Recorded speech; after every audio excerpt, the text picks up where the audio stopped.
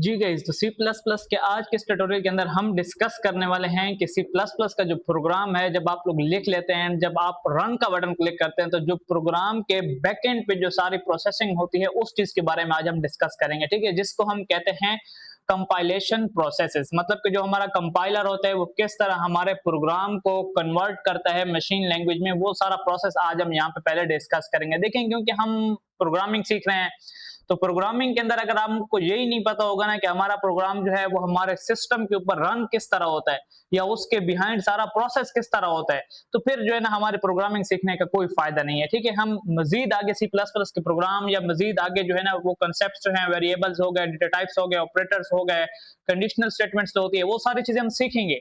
लेकिन हम यहाँ पे आज जो है कंपाइलेशन प्रोसेस को लाजमी डिस्कस करने वाले हैं, क्योंकि ये हमारी जो है वो मेन चीज है जिससे हमारा प्रोग्राम जो है वो कन्वर्ट होता है कि इसके अंदर मशीन कोड के अंदर। सही है, तो इससे जो हमारा पिछला ट्यूटोरियल था उसमें मैंने आप लोगों को सी प्लस प्लस का एक प्रोग्राम लिखवाया था जिसको मैंने रन किया था। ठीक है, सबसे पहले तो कंपाइलेशन प्रोसेस से पहले मैं आप लोगों के जो है ना वो प्रोग्राम थोड़ा सा समझा देता हूं, क्योंकि कल जो है मैंने क्या किया था कि आप लोगों को सही से समझाया नहीं था, क्योंकि वो प्रोग्राम सिर्फ हमने चेकिंग के लिए किया था। ठीक है, कि हमारा जो सिस्टम है उसके ऊपर सी प्लस प्लस अच्छे से रन हो रहा है या नहीं, सिर्फ इस वजह से हमने वो प्रोग्राम लिखा था और हमने सिर्फ उसको क्या किया था, चेक किया था कि हमारा प्रोग्राम चल रहा है कि नहीं। आज मैं आप लोगों को वो प्रोग्राम जो है उसके बारे में बता देता हूँ, सारी चीजें समझा देता हूँ, क्योंकि वो ऐसी चीजें हैं जो कि हम हर प्रोग्राम को लिखने से पहले जो है वो उन चीजों को हम लिखेंगे। ठीक है, तो वो बाय डिफॉल्ट हमने लिखनी होती है, तभी हम जो है वो सी प्लस प्लस के आगे जो मजीद जो प्रोग्रामिंग है वो हम कर सकते हैं। ठीक है, तो सबसे पहले हम उस प्रोग्राम के ऊपर चलते हैं।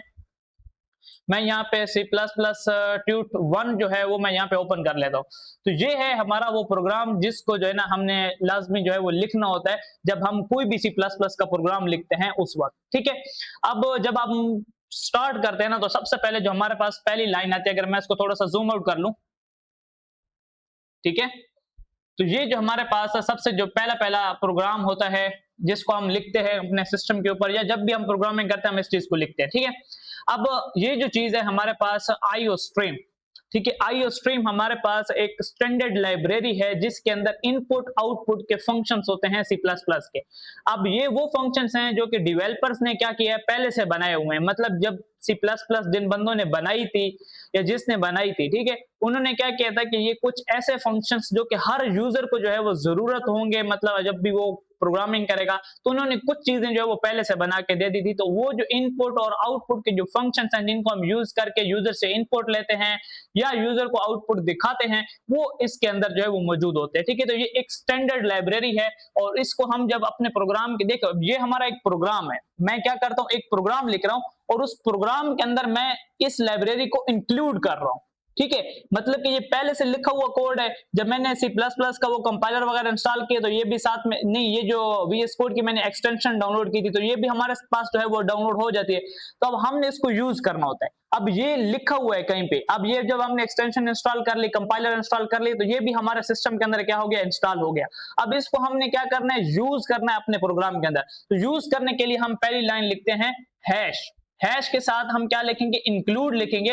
इसका मतलब क्या होता है कि हम अपने प्रोग्राम को बता रहे हैं, हम अपने ये जो हम सी प्लस प्लस की जो हमारी ट्यूट वन की फाइल है इसको हम बता रहे हैं कि आपने ये चीज इंक्लूड करनी है इस प्रोग्राम के अंदर, जो भी आप इस फाइल के अंदर लिखेंगे। क्या चीज इंक्लूड करनी है, ये आईओ स्ट्रीम जो लाइब्रेरी है इसको हमने क्या करना है, इंक्लूड करना है सी प्लस प्लस के प्रोग्राम के अंदर। तो वो कहता है चलो ठीक है, वो इंक्लूड करता है। अब ये जो लाइन है ना, ये लाइन, ये मैं आपको बताता हूं कि हम क्यों लिखते हैं। फर्ज करो कि मैं इस लाइन को कमेंट आउट करता हूं, अभी मैं आपको बताता हूं कि कमेंट क्या होते हैं। कमेंट्स बेसिकली प्रोग्राम के अंदर वो पार्ट होता है जो कि रन नहीं होता, जो कि सिर्फ इंफॉर्मेशन के लिए लिखा जाता है। ठीक है, तो आप जब भी सी प्लस प्लस का प्रोग्राम लिखें और आप ऐसी कोई चीज लिखना चाहते हैं जो आप कहते हैं कि ये मेरे प्रोग्राम का हिस्सा तो नहीं है, लेकिन मैं अगले बंदे को समझाने के लिए लिखना चाहता हूं कि जब वो मतलब कि इस प्रोग्राम को देखे तो उसे पता होना चाहिए कि यहाँ पे मैंने क्या किया, यहाँ पे मैंने क्या किया। मतलब आप डिस्क्रिप्शन समझ लें कि हम यहाँ पे जो है वो डिस्क्रिप्शन लिखते हैं अपने प्रोग्राम के लिए कि मैंने यहाँ पे ये वाला काम किया, मैंने यहाँ पे ये वाला काम किया, तो उनको हम कमेंट्स कहते हैं और वो प्रोग्राम का हिस्सा नहीं होते।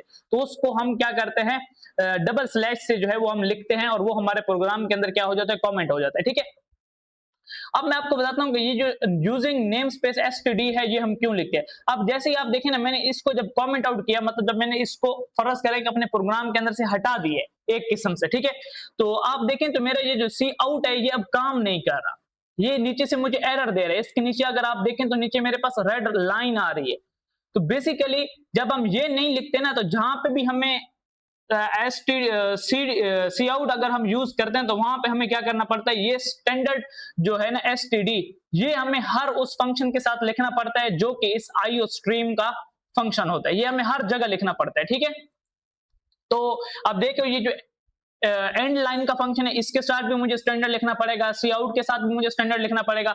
इसके बाद जितने भी मतलब कि हम आगे चल के सी इन यूज करेंगे, ये जितने भी अपने प्रोग्राम के अंदर हम जब जहां जहां पे सी आउट यूज करेंगे वहां पे हमें एसटीडी लिखना पड़ेगा।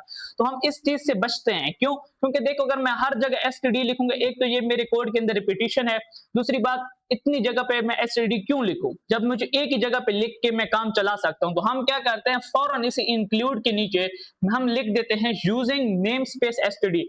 नेम स्पेस का क्या मतलब है कि हम जो है स्टैंडर्ड लाइब्रेरी वाली फाइल जो है उसकी स्पेस के अंदर काम कर रहे हैं, इसी वजह से हमें जो सी आउट फंक्शन है उसके साथ एसटीडी नहीं लिखना पड़ता। ये हम अपने प्रोग्राम को बता देते हैं, मतलब ये जो फाइल होती है हम इसको पहले से समझा देते हैं कि आप जिस इन्वायरमेंट के अंदर जिस जगह पे आप काम कर रहे हैं ये स्टैंडर्ड लाइब्रेरी की जो है वो अब इन्वायरमेंट बन चुके हैं, इसके अंदर आप काम करेंगे, इसी वजह से हमें यहाँ पे एसटीडी नहीं लिखना पड़ता, ठीक है।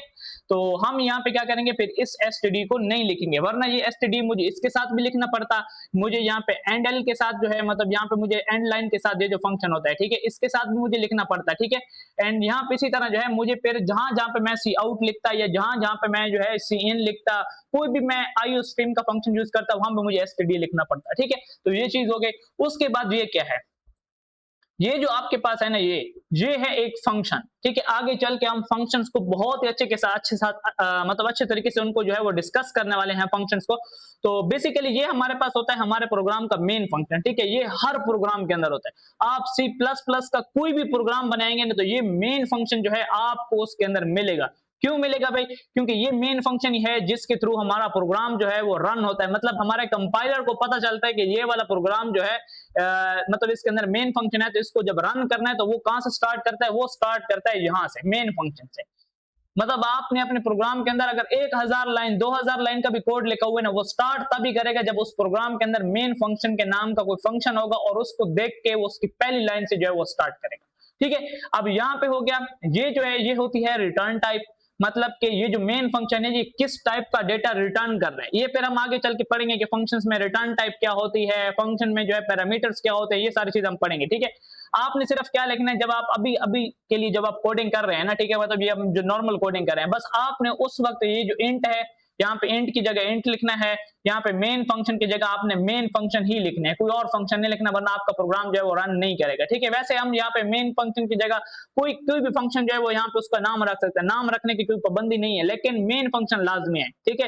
बाकी चल के जब हम फंक्शंस पढ़ेंगे ना तो वहां पे मैं आपको डिफरेंट नाम के जो फंक्शंस है वो बना के जो है वो दिखाऊंगा और उनके नाम अलग अलग होंगे, लेकिन तब भी हमारे प्रोग्राम के अंदर ये मेन फंक्शन जो है वो पड़ा रहेगा, क्योंकि इसी मेन फंक्शन के अंदर हम दूसरे फंक्शंस को यूज करते हैं, सही है।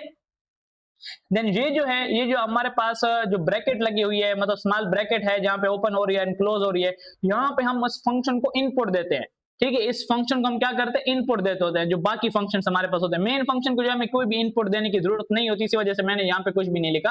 तो बाकी जो हम फंक्शन जब बनाएंगे तो वहां पे हम इस फंक्शन को इनपुट देते हैं एंड ये होती है फंक्शन की जो है बॉडी। यहाँ से जहां से ये करली ब्रैकेट स्टार्ट हो रही है ना, यहाँ से फंक्शन की बॉडी स्टार्ट हो रही है, और जहां पे ये करली ब्रैकेट बंद होती है वहां पे इस फंक्शन की बॉडी क्या होती है, क्लोज होती है, ठीक है। अब यहाँ पे ये जो सी आउट लिखा है, ये जो सी आउट है हमारे पास, ये बेसिकली क्या करता है, चीजों को डिस्प्ले करने के काम आता है स्क्रीन के ऊपर। जो हमारा टर्मिनल होता है ना, टर्मिनल जो एग्जीक्यूटेबल फाइल होती है .exe जो हमारे पास फाइल होती है, उसके अंदर चीजों को जो है वो डिस्प्ले करने के काम आता है सी आउट फंक्शन, ठीक है। तो इस वजह से हम इसको लिखते हैं। अब इसको लिखने का तरीका क्या है, आप सी आउट लिखते हैं मतलब के C++ आउटपुट, मतलब C जो लैंग्वेज है हमारे पास उसका जो आउटपुट है वो हमें नजर आता है .exe फाइल पे, तो हम लिखते हैं C आउट एंड जहां पे हम लगाते हैं दो लेस देन के साइन, एंड यहाँ पे इसके अंदर जो है हम कुछ भी लिख सकते हैं। यहाँ पे अभी मैंने एक टेक्स्ट लिखा है, इस टेक्स्ट को बेसिकली स्ट्रिंग कहते हैं, ठीक है। आगे चल के हम डेटा टाइप्स के जो लेक्चर होगा उसमें हम ये चीज देखेंगे, ठीक है।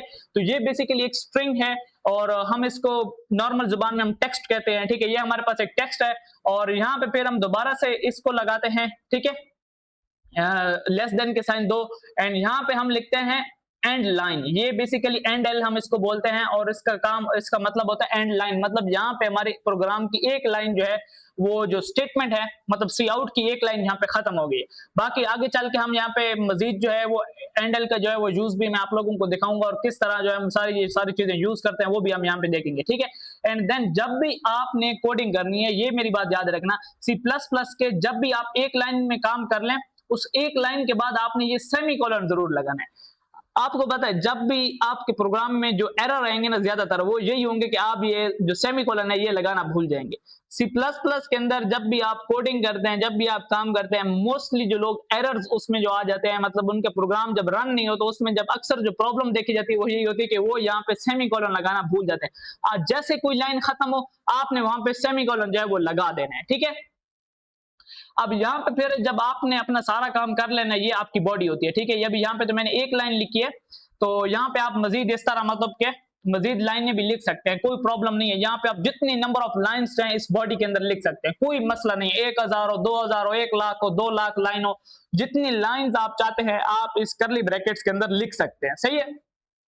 जब आपका सारा काम खत्म हो जाता है, देन आपने यहाँ पे क्या लिखना होता है, रिटर्न 0। अब ये रिटर्न क्या करता है, रिटर्न कर रहा है क्या चीज, 0 रिटर्न। अब मैंने आपको बताया था कि ये किस चीज की रिप्रेजेंटेशन है, रिटर्न टाइप की। अब ये इंट क्या है आपके पास, इंट बेसिकली एक डेटा टाइप है जिसको हम इंटीजर, इसका जो फुल फॉर्म है वो क्या है, इंटीजर। इसके अंदर जो ये वाले वर्ड्स है ना, 0 1 2 3 4, जिसमें डेसिमल पॉइंट्स नहीं आते, बेसिकली ये उनको रिप्रेजेंट करता है ये प्रोग्रामिंग के अंदर, सही है। तो जिसे आप नेचुरल नंबर या होल नंबर्स भी कह सकते हैं, ठीक है। तो यहाँ पे हम उसको इंटीजर कहते हैं। तो यहाँ पे हमने कोई चीज भी रिटर्न नहीं करनी, तो हम इस वजह से जो है वो यहाँ पे 0 लिख देते हैं, ठीक है। तो ये बेसिकली हम इस वजह से लिखते हैं ताकि ये वाली चीज जो है वो हमारे पास एरर ना करे। बाकी अभी फिलहाल जो है यहाँ पे इस इंट और रिटर्न 0 का कोई काम नहीं होता, लेकिन ये हम इसी वजह से लिखनी पड़ती है क्योंकि इसके बगैर हमारा प्रोग्राम जो है वो रन नहीं होता, सही है। तो ये हम इस वजह से लिखते हैं, सही है। तो ये हमारा हो गया प्रोग्राम, और ये था वो प्रोग्राम का स्ट्रक्चर जो कि मैंने पहले दिन लिखा था, और इसको हम क्यों लिखते हैं वो सारी चीजें मैंने आपको बता दी, ठीक है। अब जो हमारा मोस्टली काम होता है ना, वो हमारा होता है इस जगह पे, यहाँ पे इस करली ब्रैकेट से लेके, ठीक है, इस करली ब्रैकेट से लेके यहां तक, इस करली ब्रैकेट तक, ठीक है। यहां तक हमारा मतलब काम होता है। इसके अंदर फिर जितनी भी हम कोडिंग करना चाहे वो हम कर सकते हैं। आप देखेंगे कि हम आने वाले टाइम में यहीं पे सारी कोडिंग जो है वो करेंगे, ठीक है। तो यहाँ पे भी मैंने फिलहाल जो है वो 4 लाइंस लिखी हैं, ठीक है। आप यहाँ पे कुछ भी लिख सकते हैं। अब इनके अंदर आप अलग अलग टेक्स्ट लिख सकते हैं, ठीक है। यहाँ पे मैंने हेलो वर्ल्ड लिखा है, यहाँ पे आप कुछ और लिख लें, यहाँ पे आप फिर कुछ और लिख लें, ठीक है। ये आपकी मर्जी होती है, ठीक है। तो फिलहाल के लिए मैं यहाँ पे इनको हटा देता हूँ, ठीक है। तो ये था हमारा नॉर्मल प्रोग्राम जिसको हमने पहले दिन लिखा था और रन किया था और चेक किया था कि हमारा C++ जो है वो अच्छे से काम कर रहा है या नहीं कर रहा।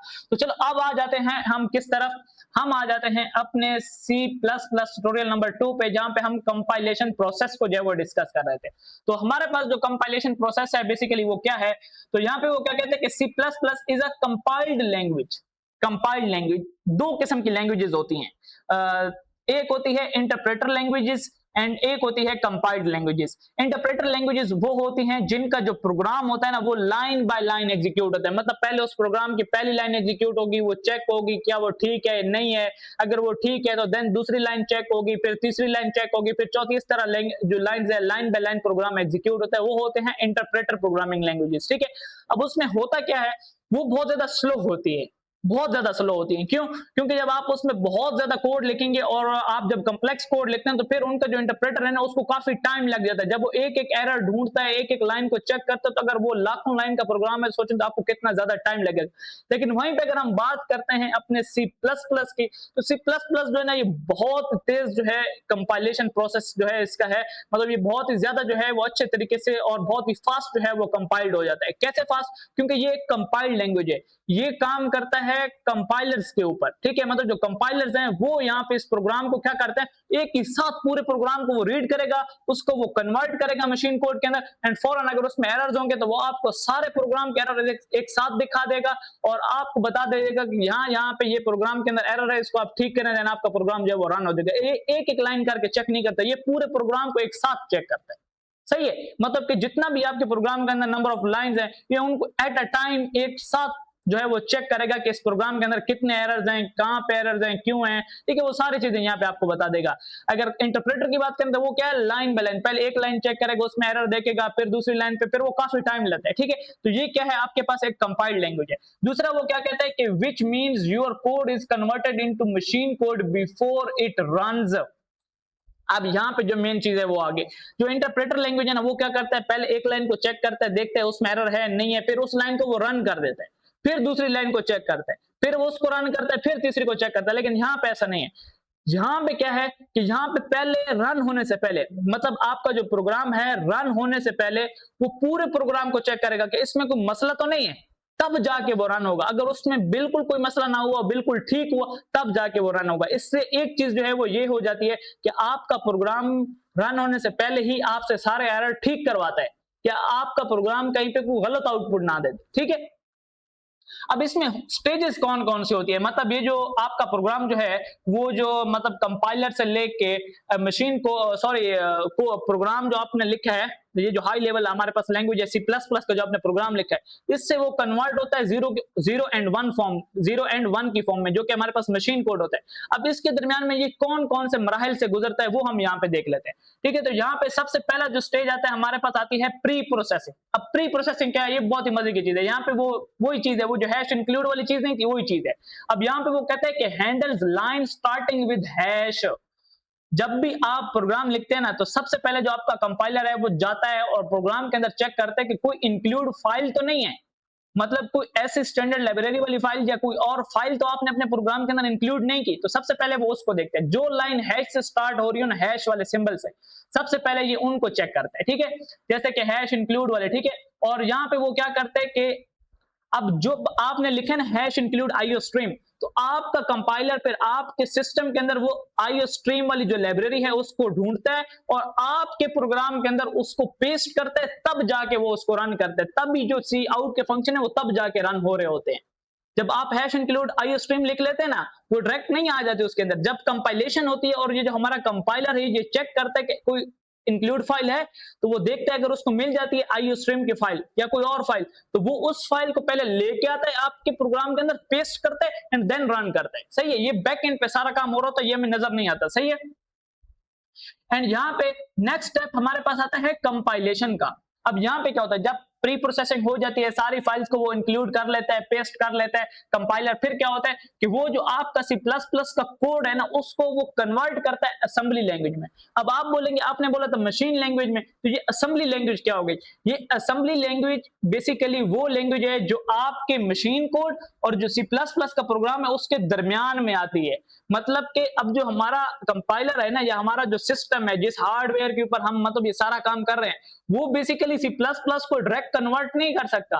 वो क्या करता है कि पहले आपके प्रोग्राम को कुछ सिंबल्स के अंदर कन्वर्ट करता है। उन सिंबल्स को हम कहते हैं असेंबली लैंग्वेज, ठीक है। असेंबली लैंग्वेज जब पहले जब कंप्यूटर सिस्टम्स आए थे ना, तो वहां पे 0 और 1 की फॉर्म में कोडिंग की जाती थी, तो वो बहुत मुश्किल होता था। फिर क्या किया जो डेवलपर्स थे, उन्होंने ना कुछ स्पेसिफिक सिंबल्स बनाए। उन सिंबल्स को जब वो लिखते थे तो वो बेसिकली क्या करता था कि वो कोडिंग मतलब एक लैंग्वेज बन गई जिसको नाम दिया गया असेंबली लैंग्वेज। फिर लोग 0 और 1 की फॉर्म में कोडिंग नहीं करते थे, फिर वो उन सिंबल्स को यूज करते हुए कोडिंग करते थे, और हर सिंबल का कोई ना कोई कोड होता था 0 और 1 की फॉर्म में। मतलब जैसे अगर 1 है ना, 1 का जो बाइनरी कोड है वो क्या है 0001। ये बेसिकली क्या है, 1 जो हमारे पास ये जो हम कहते हैं ना मैथमेटिक्स का जो 1 है, ये बेसिकली है तो सिंबल। अब इस सिंबल का भी एक बाइनरी कोड है जिसका क्या बाइनरी कोड है 0001, ठीक है। इसी तरह जो हमारे पास 2 है उसका कोड क्या है 0010। ये बेसिकली बाइनरी कोड है हमारे पास जो मैथमेटिकल नंबर है 2। 3 का हमारे पास क्या है, 3 का हमारे पास है 0011, ठीक है। तो इस तरह जो है ना उन सिंबल्स के भी कोड होते थे। ठीक है। तो उस कोड की बेस पे बेसिकली फिर हमारा सिस्टम जो है वो समझता था कि अगर किसी बंदे ने कोई सिंबल लगाया तो उसको पता चल जाता था कि अच्छा ये बाइंड मतलब कि ये जो 0 और 1 का कोड है वो बेसिकली लिखना चाहता है, ठीक है। तो फिर इसी तरह असेंबली लैंग्वेज बनी। तो अभी क्या होता है कि ये जो सी प्लस प्लस लैंग्वेज है जो कि हमें समझ आती हैं, ऐसी लैंग्वेजेस जो कि इंसान को समझ आती हैं उसको हम कहते हैं हाई लेवल लैंग्वेजेस। अब सी प्लस प्लस एक हाई लेवल लैंग्वेज है जिसको हम समझ सकते हैं। मतलब जैसे कि हम सी आउट लिखते हैं तो हमें पता होता है कि यहाँ पे आउटपुट करना है, हम हैश इंक्लूड लिख रहे हैं तो हमें पता है कि यहाँ पे हम कोई चीज इंक्लूड कर रहे हैं। तो ये बेसिकली हमें समझ आती है, लेकिन ये हमारे सिस्टम को समझ नहीं आती। तो सिस्टम क्या करता है, फिर उस लैंग्वेज को जो हमें समझ आ रही है सी प्लस प्लस वाली, इसको वो कन्वर्ट करता है असेंबली लैंग्वेज के अंदर जो कि सिंबल्स है। फिर उन सिंबल्स को कन्वर्ट किया जाता है 0 और 1 की फॉर्म में, और वो कौन करता है, वो करता है असेंबलर। कौन करता है, असेंबलर करता है। अब देखो ये जो सी प्लस प्लस से कन्वर्ट होता है असेंबली लैंग्वेज के अंदर, ये काम करता है कंपाइलर। क्या कौन काम करता है, कंपाइलर। और जो असेंबली लैंग्वेज के अंदर कोड आ जाता है, मतलब सिंबल्स के अंदर जो कोड आ जाता है, उस कोड को जब 0 और 1 की फॉर्म में कन्वर्ट किया जाता है, वो काम करता है हमारे पास कौन, असेंबलर। जो हमारा असेंबलर है वो ये काम करता है, ठीक है। असेंबली लैंग्वेज को मतलब जो कंपाइल करने के लिए कौन सी चीज यूज होती है, असेंबलर यूज होता है, ठीक है। वो हमारे सिस्टम के अंदर पहले से मौजूद होता है, सही है। एंड देन क्या होता है, फिर होती है लिंकिंग। अब लिंकिंग हमारे पास क्या है, अब ये असेंबली लैंग्वेज को तो हमने डिस्कस कर लिया, convert assembly code into object code. Object code basically वही मशीन लैंग्वेज का जो कोड है 0 और 1 की फॉर्म में, उसी को हम ऑब्जेक्ट कोड कहते हैं। और जो सोर्स कोड होता है वो हमारा सी प्लस प्लस वाला कोड होता है, और जो असेंबली लैंग्वेज वाला कोड होता है वो सिंबल्स होते हैं जो कि सोर्स कोड और ऑब्जेक्ट कोड के दरमियान होता है, ठीक है। अब यहाँ पे लिंकिंग का क्या सीन है, अब लिंकिंग बेसिकली वो क्या कहता है कि combine your object code with the library code to create the final executable file. वो जो हमने हैश इंक्लूड नहीं लिखा था, हैश इंक्लूड, अब वहां पे हम लेके लाइब्रेरी को क्या कर रहे थे, इंक्लूड कर रहे थे अपने प्रोग्राम के अंदर। तो यहाँ पे वो कहते हैं कि जब आप अपने प्रोग्राम को सारा कुछ, मतलब आपका प्रोग्राम कंपाइल हो जाता है असेंबली लैंग्वेज में, असेंबली लैंग्वेज से 0 और 1 की फॉर्म में आ जाता है, किसकी फॉर्म में आ जाता है, 0 और 1 की फॉर्म में। तो वो जो लाइब्रेरी है ना, लाइब्रेरी, उसका कोड भी हमारे सिस्टम के अंदर 0 और 1 की फॉर्म में पड़ा होता है। फिर वो दोनों कोड 0 और 1 की फॉर्म में आपस में मिलते हैं, और मिलने के बाद एक फाइल तैयार की जाती है जिसको कहते हैं .exe फाइल। और फिर उस फाइल के ऊपर हम देखते हैं हमारा प्रोग्राम रन हो रहा होता है। तो वो हमारे पास फाइनल जो है वो क्या होती है, एग्जीक्यूशन होती है। तो यहाँ पे नीचे एक विजुअल फ्लो भी है, मतलब ये हमारा जो सोर्स कोड होता है जिसको हम सी प्लस प्लस कोड भी कहते हैं, जो हम लोग लिखते हैं। फिर प्री प्रोसेसर होता है, मतलब प्री प्रोसेसर क्या करता है, प्रोसेसिंग करता है, वो जो लाइब्रेरीज वगैरह है उसको इधर लेके आता है। फिर कंपाइलर क्या करता है, वो चेक करता है, एरर वगैरह डिटेक्ट करता है और कन्वर्ट कर देता है किसके अंदर, असेंबली कोड के अंदर।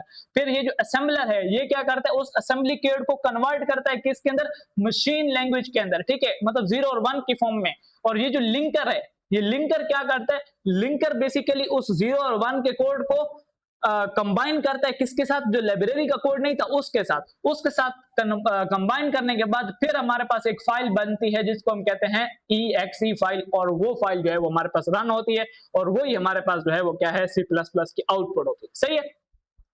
अब ये मैटर क्यों करता है, यहाँ पे वो लिखता है अनलाइक पाइथन, जैसे कि हमारे पास पाइथन एक प्रोग्रामिंग लैंग्वेज है, वहां पे वो कहता है कि यूज होता है interpreter, runs line by line, मतलब वहां पे वो लाइन बाय लाइन चीजें एग्जीक्यूट होती हैं, प्रोग्राम रन हो रहा है, तो वो बहुत ज्यादा स्लो होता है। तो यहाँ पे वो क्या कहते हैं कि C plus plus needs to be fully compiled first, मतलब यहाँ पे रन बाय रन वाला काम नहीं है, ठीक है, मतलब कि सॉरी लाइन बाय लाइन वाला यहाँ पे काम नहीं है। यहाँ पे क्या होता है कि प्रोग्राम तब भी रन होता है जब पहले एक बार वो सारा कंपाइल हो जाता है, मतलब सारा एक बार पहले वो चेक हो जाएगा, ठीक है, तब जाके जो है वो रन होगा। एंड यहाँ पे उसने क्या लिखे, this is why C plus plus program run faster at execution time. जब हमारा प्रोग्राम एग्जीक्यूट हो रहा होता है ना, मतलब ये जो सारा प्रोसेस हो रहा होता है ये बहुत ज्यादा तेजी से हो रहा होता है। क्यों? क्योंकि यहाँ पे लाइन बाय लाइन वाला काम नहीं है, यहाँ पे एक ही प्रोग्राम एट अ टाइम जो है वो पूरी की पूरी फाइल जो है वो क्या हो जाती है, कंपाइल होती है एंड एग्जीक्यूट हो जाती है, सही है। अब यहाँ पे वो क्या कहता है कि errors are caught before the program run, not during, मतलब कि जब हमारा प्रोग्राम रन हो रहा होता है ना, तो हमारा जो प्रोग्राम होता है कंपाइल तो पहले होता है, तो मतलब जब हम रन करने से पहले हमें पता चल जाता है कि हमारे प्रोग्राम के अंदर कौन कौन से एरर है, हम उसको ठीक करते हैं। जब हम रन करते हैं तो हमारे प्रोग्राम के अंदर कोई एरर नहीं होता, ठीक है। अब यहाँ पे वो बाकी क्या कहता है, you need to recompile every time you change the code. ये एक चीज जो है वो हमें थोड़ा बहुत जो है वो क्या करता है, कह सकते हैं कि ये फिर भी हम कह सकते हैं कि ये फॉल्ट नहीं है, ये फिर भी सही है कि जब भी हम अपने प्रोग्राम के अंदर चेंजिंग करेंगे तो हमें अपने प्रोग्राम को दोबारा से कंपाइल करना पड़ेगा कि अब तो कोई एरर नहीं है। ठीक है, ये आप ये करना होगा। ठीक है, जब भी आपने एक प्रोग्राम लिखना है अपना, ठीक है, अब क्या है कि आप जब भी अपने प्रोग्राम के अंदर कुछ थोड़ी बहुत भी चेंजिंग करेंगे तो आपको अपने प्रोग्राम को एक बार दोबारा से कंपाइल करना होगा। क्यों? क्योंकि वो दोबारा से चेक करेगा कि आपके प्रोग्राम के अंदर कोई एरर तो नहीं है। लेकिन आपने इसकी टेंशन नहीं लेनी। हमारा सी प्लस प्लस जो है ना कंपाइलर, उसका बहुत तेज है। ठीक है, वो इतने टाइम नहीं लेता। ठीक है, नीचे वो कहता है कि कंपाइलर और इंटरप्रेटर में फर्क क्या है। सबसे पहले जो है हमारे पास एग्जीक्यूशन स्पीड, तो कंपाइलर जो है वो फास्टर होता है और इंटरप्रेटर जो है वो क्या होता है, स्लोअर होता है। अब एरर डिटेक्शन की बात करते हैं तो प्रोग्राम रन होने से पहले ही, ठीक है, सारे एरर जो है वो डिटेक्ट हो जाते हैं। एंड यहाँ पे इंटरप्रेटर क्या करता है, एक एक लाइन एग्जीक्यूट कर रहा होता है, तो जिस लाइन में एरर आ जाता है ये रुक जाता है, ये बताता है कि यहाँ पे एरर है, पहले इसको ठीक करो तब मैं आगे जाऊंगा। तो हमारा वाला कंपाइलर ये वाला काम नहीं करता, वो कहता है कि ये लो सारे एरर है, इनको अब आराम से बैठ के ठीक करो, अब जब आपके एरर ठीक हो जाए तो दोबारा से रन कर लेना। लेकिन पाइथन इंटरप्रेटर जो है वो ये नहीं बताता, वो पहले देखते आपको, जब वो पहले रन हो रहा होता है ना, आपको लगता है हाय मेरा सारा प्रोग्राम बिल्कुल ठीक है। जब आप आगे जाते हैं फिर आपको एरर मिल जाता है, फिर आप कहते हैं अभी फिर आप फिर जाएंगे पीछे जाके ठीक करेंगे, फिर आगे आके फिर दोबारा उस चीज को ठीक करेंगे, एंड देन जाके आपका एरर जो है वो सॉल्व होगा। एंड आउटपुट की बात करते हैं तो क्रिएट्स एन एग्जीक्यूटेबल फाइल। यहाँ पे आपको एक अलग से फाइल बना के दी जाती है जिसके अंदर आपका जो C++ का जो प्रोग्राम है उसकी एग्जीक्यूशन होती है, मतलब उसकी आउटपुट आपको नजर आती है। लेकिन यहाँ पे जो है ना पाइथन के अंदर कोई एक्स्ट्रा फाइल नहीं बनती, वो उसी फाइल के अंदर ही, मतलब उसी फाइल को ही आपको क्या करता है, रन करके जो है वो दिखा देता है। सही है। अब रन करने का तरीका यहाँ पे ये है जो कि मैनुअली है, हम इस तरीके से नहीं करते। हमने जो है ये बटन लगाया हुआ है रन कोड वाला, ठीक है, आपको नजर आ रहा है ये, मैंने जहाँ पे अभी माउस लेके गया हूँ जहाँ पे रन कोड लेके आ रहा है, हमने ये कोड रनर जो है वो एक्सटेंशन डाउनलोड की है। तो हम इस तरीके से जो है अपने प्रोग्राम के अंदर क्या करते हैं, रन करते हैं। ठीक है, और बाकी जो चीजें हैं यहाँ पे बता रहे हैं कि अगर आपने सिर्फ प्री प्रोसेसिंग करनी है तो आप ये वाली कमांड लिख लो, अगर आपने सिर्फ कंपाइलेशन करनी है तो आप ये वाली कमांड लिख लो, अगर आपने जो है वो क्या करना है, असेंबली लैंग्वेज के अंदर सिर्फ कन्वर्ट करना है तो आप ये प्रोग्राम लिख के कन्वर्ट कर सकते हो। तो हम ये वाला काम नहीं करते, हम एक एक कमांड लिख के ये सारी चीजें नहीं करते। हम क्या करते हैं, डायरेक्ट दबाते हैं कोड रनर वाले बटन को, और वो क्या करता है, हमारे लिए कंपाइल भी करता है, उसको असेंबली लैंग्वेज में भी कन्वर्ट करता है, फिर लिंकिंग वाला काम है वो भी वो करता है, सब चीजें करके फिर क्या करता है, हमें जो है वो आउटपुट शो करते हैं। ठीक है, तो ये था हमारा आज का ट्यूटोरियल जिसके अंदर हमने देखा कि हमारा जो C++ का प्रोग्राम है वो किस तरह से जो है वो रन होता है। तो नेक्स्ट ट्यूटोरियल में जो है हम क्या चीज डिस्कस करेंगे, हम डिस्कस करेंगे वेरिएबल्स के बारे में। ठीक है, तो अपना बहुत बहुत ख्याल रखिएगा। आज के लिए इतना ही, मिलते हैं अपने नेक्स्ट ट्यूटोरियल में। अल्लाह हाफिज।